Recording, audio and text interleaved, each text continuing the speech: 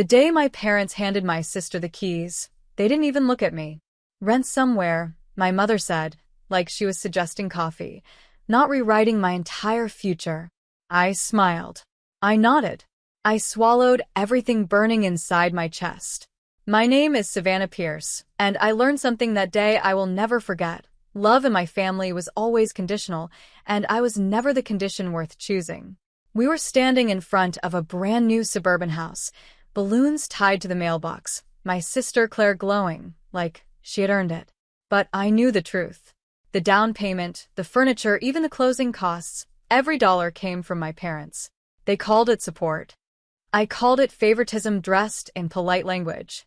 When I asked, carefully, quietly, what about me, my father didn't hesitate. You're independent, Savannah. You'll figure it out. Independent. It sounded like a compliment. It felt like abandonment. That night, I went back to my tiny apartment, sat on the floor, and opened my savings account. Every overtime shift, every sacrifice, every dollar stared back at me. And instead of breaking, I made a decision. I wouldn't ask them for anything ever again. I would build something they couldn't take credit for. I didn't sleep that night.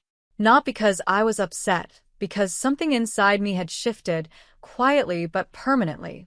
I stopped wanting their approval. I started wanting control.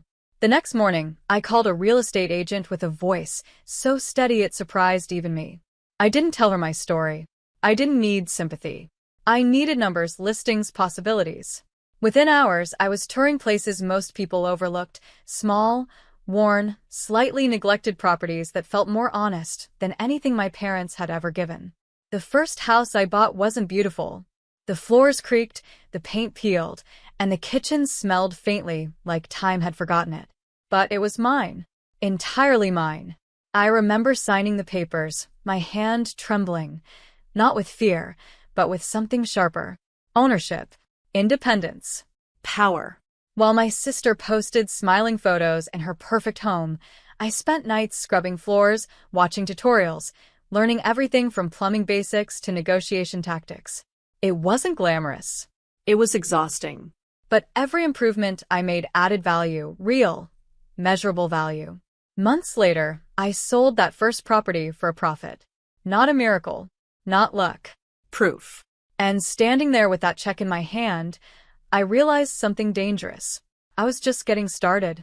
I didn't celebrate the profit. I reinvested it. That became my rule. No distractions, no rewards, no looking back. Every dollar had a purpose, and that purpose was growth. I bought another property, then another, each one slightly better. Each deal a little sharper. I learned how to read people the way others read contracts. I stopped hesitating. I stopped doubting. Meanwhile, my family stayed exactly the same. My sister Claire still posted curated happiness online. My parents still praised her like she was the blueprint for success. They never asked what I was doing. Not once. At first it stung. Then it became fuel. I built quietly. No announcements. No validation. Just results. Years passed, and my portfolio grew into something I never imagined. Multiple properties, steady income, a system that worked even when I slept. I wasn't surviving anymore.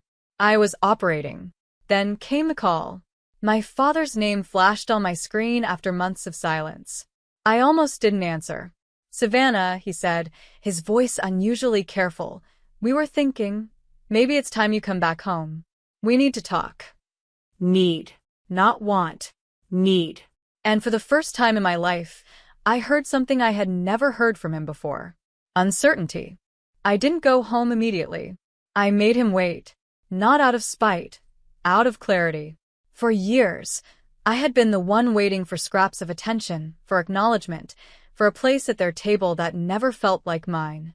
Now, for the first time, the roles had shifted. When I finally drove up to that same house, the one they had gifted Claire, it looked smaller than I remembered. Less impressive. Almost fragile. My mother opened the door, with a smile that didn't reach her eyes. My father stood behind her, hands clasped like he was negotiating something invisible. And Claire, she avoided looking at me entirely. That's when I knew. This wasn't a reunion. This was a problem.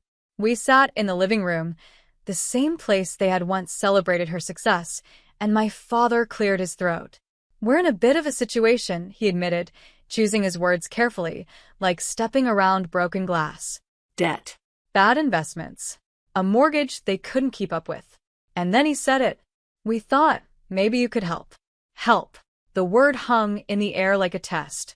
And I realized something in that moment.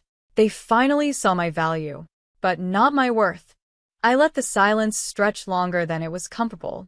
Not to punish them, though a part of me wanted to, but to understand exactly what they were asking without dressing it up as something softer. My father shifted in his seat. My mother kept smoothing imaginary wrinkles from her dress, and Claire stared at her hands like answers might appear there. "How much?" I asked finally. The number he said didn't shock me. What shocked me was how casually he said it, like I was still the daughter who would bend without question. Like nothing had changed. I leaned back, studying them the way I now studied every deal, carefully, objectively, without emotion clouding judgment. "What exactly are you offering in return?" I asked. That's when my mother frowned. "Savannah, this is family." No. This was business. And they had just made that clear. Claire finally looked up, her voice tight. "We wouldn't ask if it wasn't serious." I believed her. I just didn't care in the way they expected me to. Because something had shifted in me long before this moment. I wasn't the girl who needed them anymore. And if they wanted something from me now, they were going to have to earn it. I stood up slowly, letting the weight of my decisions settle before I spoke. "I can help," I said, and 3 sets of eyes lifted with instant relief. But not like this. Confusion replaced gratitude almost immediately. "I don't give money," I continued. "I invest." My father's expression tightened. "Savannah, this is your family's home." "No," I corrected gently. "It's an asset you can't afford." The room went still. I pulled a folder from my bag, already prepared. Numbers, projections, legal structures, everything laid out with precision. I had anticipated this moment the second he said we need. "I'll buy the house," I said. "At market-adjusted value. You clear your debt.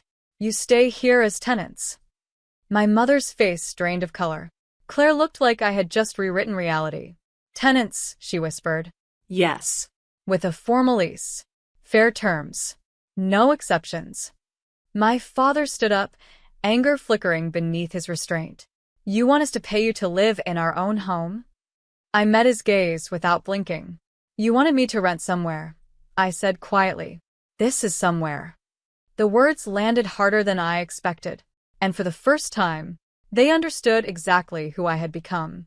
The silence that followed wasn't empty. It was heavy, suffocating, thick with everything none of us had ever said out loud. Claire was the first to break. "This is insane," she snapped, standing abruptly. "You're turning this into a transaction like we're strangers." I didn't react. I couldn't afford to. "We became strangers the day I stopped matching," I said evenly. My mother flinched, but didn't deny it. My father paced once, twice, like he was searching for the version of me he used to control. "There has to be another way." "There was," I replied. "Years ago." That landed harder than anything else, because it was true. I hadn't just built properties, I had built boundaries. And they didn't know how to cross them anymore. Claire's voice softened, but not with kindness, with desperation. "You'd really make us sign a lease?" I held her gaze. "I'd give you stability," I said.